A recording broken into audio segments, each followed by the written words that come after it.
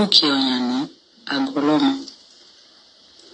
Everywhere kò séyàn ńbẹ̀.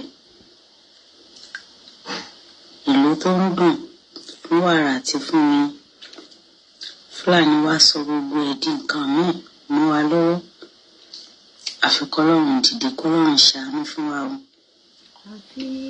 Tán bá sọ pé ìlú Òkè Àyàn lè rí báyìí tí ò ní séyàn kankan níbẹ̀, ṣèbéyàn á jiyàn. Ṣùgbọ́n Ọlọ́run ló mọ, Ọlọ́run ọba elétò. Nínú ọlá ńlá rẹ̀, a bẹ̀ ẹ́ kó bá wa tún un tò. Gbogbo ìkólọ ìlú Òkè Àyàn, Elédùmarè dá padà fún wa. Àti gbogbo ìlú tó bá ṣẹ́kù ní Ìgbómìnà, gbogbo ìkólọ wa, k'Ọlọ́run Elédùmarè kó dá padà. Ìlú Òkè Àyàn lẹ́ ń wò yìí o. Gbogbo àwọn eléyìí wà empty, kò séyàn kankan. Of recent ni wọ́n gbókùú kan lọ sílé. Ó ní wọ́n fi ní opportunity àti ṣe fídíò yìí. Wà á dúpẹ́ lọ́wọ́ Ọlọ́run. Àmọ́ pé Ọlọ́run máa dá gbogbo ìkólọ náà padà.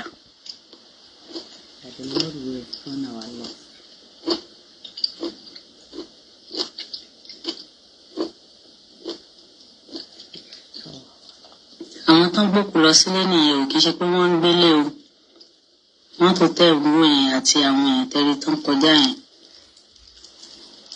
Wọ́n gbókùú lọ sílé ni ò kì í ṣe pé wọ́n ń gbélé o. Kì í ṣe pé wọ́n ń gbélé.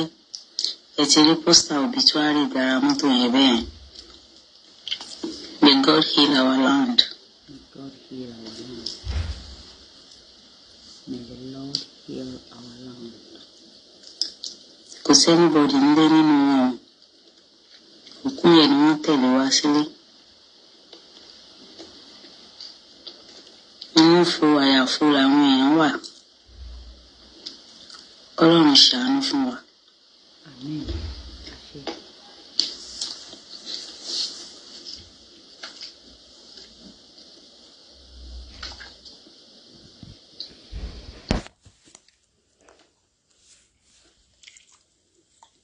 Igbó ti kún everywhere.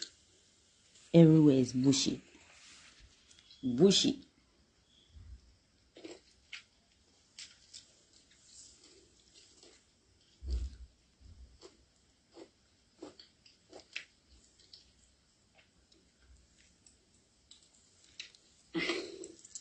It is well.